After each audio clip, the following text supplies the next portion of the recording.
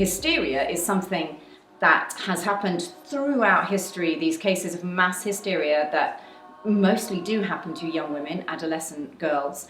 And there was one that I had read about that happened in America in 2011, and it was high school girls.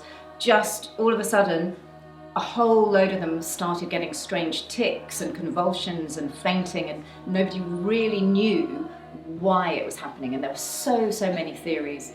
And of course, one of the theories was anxiety and the pressures of being a young woman in society today. And I thought this was a great starting point for the young cast to talk about their experiences of being a young woman. Asking who will I be? What do I want? Where will I go when I leave? What will they say? Is it my choice? When will they let me be free? Who will I be? The show is an immersive experience on a site-based theatre production, and it centres around a girl called Katie and her classmates and fellow friends, and they start mysteriously twitching and a mass hysteria occurs. And it's kind of a story about wanting to leave town and wanting to follow your dreams, but society around you doesn't quite allow you to do that. You live your own path, you write your own story.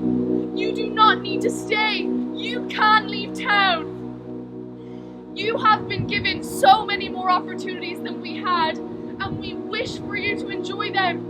So we spend a lot of time inside each of the spaces, whether that's a classroom or the outside space or the ball space, which is an outdoor space in a field. And each young person spends time there expressing themselves, and we kind of devise lyrics as a group. Maybe there's 20 of us together, and we spend time kind of finding the things that resonate the most with us and then distilling them into lyrics or ideas for the show. A smile on top, a smile on top.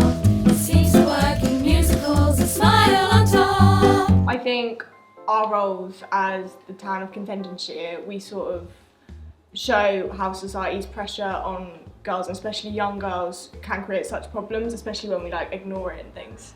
Sunny, ooh, the people and the town. Turn that frown upside down. 'Cause darling, you're in our town. Whoa, oh, oh, oh. I wasn't giving them a choreography that's already been made, 5, 6, 7, 8, let's go. It was much more trying to find what fitted the characters, what fits the storytelling, and what fits the scene, and also what fits the setting, because we weren't in a theatre. So we have a scene here in the classroom, we have a scene outside in the town hall, we have a scene in a wooded area, and also in fields. So this was another challenge, but also a really nice opportunity.